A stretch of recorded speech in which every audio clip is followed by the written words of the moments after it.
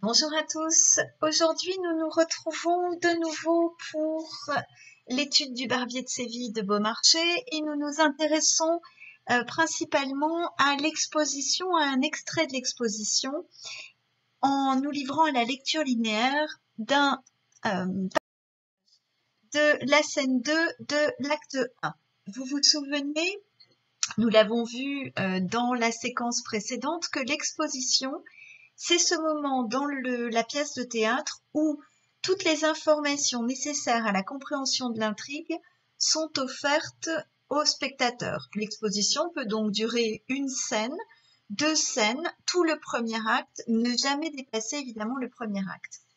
Aujourd'hui, nous nous intéressons à ce moment où Figaro vient de retrouver par un hasard surprenant son ancien maître, le comte, et celui-ci est déguisé, il est sous les fenêtres de Rosine, il est déguisé, il lui demande de l'appeler Lindor et il demande à Figaro de lui faire la conversation et pour alimenter cette conversation de lui dire ce qu'il devient. Figaro lui commence à lui expliquer un petit peu ce qu'il a fait et on se rend compte qu'il a eu de nombreux emplois. L'extrait qui nous intéresse se situe à ce moment-là. J'en fais la lecture et ensuite on s'intéresse au vocabulaire qui peut poser problème. Le comte, tu ne me dis pas tout. Je me souviens qu'à mon service, tu étais un assez mauvais sujet. Figaro, mon Dieu, monseigneur, c'est qu'on veut que le pauvre soit sans défaut. Le comte, paresseux, dérangé. Figaro, aux vertus qu'on exige dans un domestique, votre Excellence connaît-elle beaucoup de maîtres qui fussent dignes d'être valets? Le comte riant, pas mal. Et tu t'es retiré en cette ville? Figaro, non, pas tout de suite. Le comte l'arrêtant, ah non, j'ai cru que c'était elle. Bon, dis toujours, je t'entends de reste. Figaro, de retour à Madrid, je voulus essayer de nouveau mes talents littéraires, et le théâtre me parut un champ d'honneur. Le comte, en miséricorde. Figaro, pendant sa réplique, le comte regarde avec attention du côté de la jalousie. En vérité, je ne sais comment je n'eus pas le plus grand succès, car j'avais rempli le parterre des plus excellents travailleurs, des mains comme des battoirs.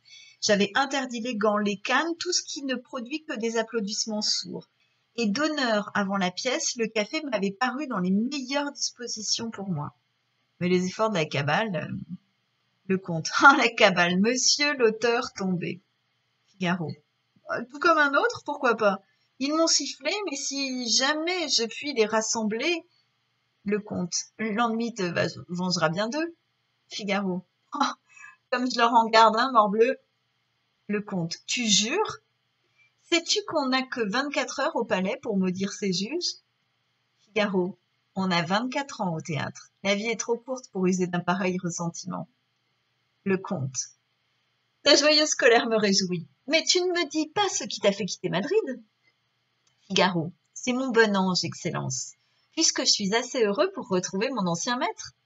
Voyant à Madrid que la République des lettres était celle des loups, toujours armés les uns contre les autres, et que, livrés au mépris où ce risible acharnement les conduit, tous les insectes, les moustiques, les cousins, les critiques, les marouins, les envieux, les feuillistes, les libraires, les censeurs, et tout ce qui s'attache à la peau des malheureux gens de lettres, achevaient de déchiqueter et sucer le peu de substance qui leur restait, fatigués d'écrire, ennuyés de moi, dégoûtés des autres, abîmés de dettes et légers d'argent, à la fin convaincu que l'utile revenu du rasoir est préférable aux vains honneurs de la plume, j'ai quitté Madrid.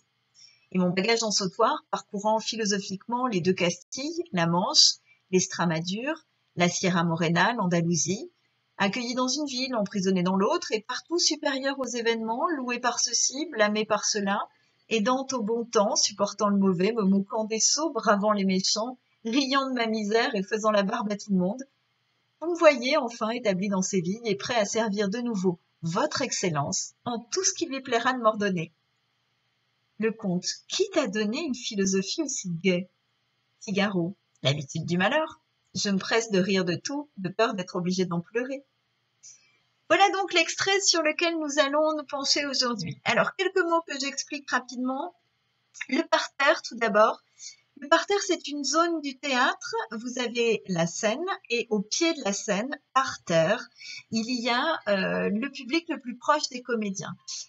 Ce à quoi fait référence ici Figaro, c'est ce que l'on appelle la claque.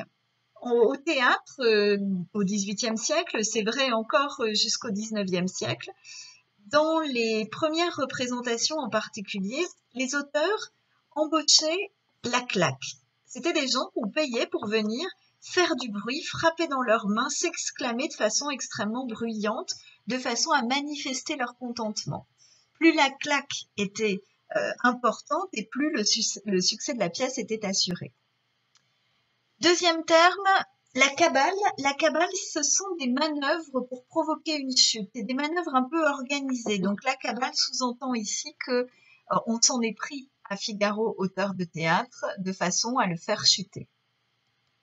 Morbleu est un juron assez courant qui trouverait peut-être son équivalent moderne dans Bon Dieu ou Nom de Dieu. En tout cas, c'est quelque chose en lien avec le lexique religieux. Le ressentiment, c'est l'animosité que l'on peut avoir face à un préjudice subi. On nous fait quelque chose que l'on considère comme juste ou injuste, peu importe, on a un ressentiment. Voilà pour le vocabulaire. Maintenant, à vous de jouer. J'attends de vous que vous identifiez les mouvements du texte et que, évidemment, vous justifiez votre travail, cette identification. Vous déposez votre travail dans les commentaires de l'article sur le blog. Je viens le corriger dès que faire se peut. Et en attendant, dans une dizaine de minutes, paraîtra une nouvelle vidéo qui se livrera à l'explication linéaire proprement dite.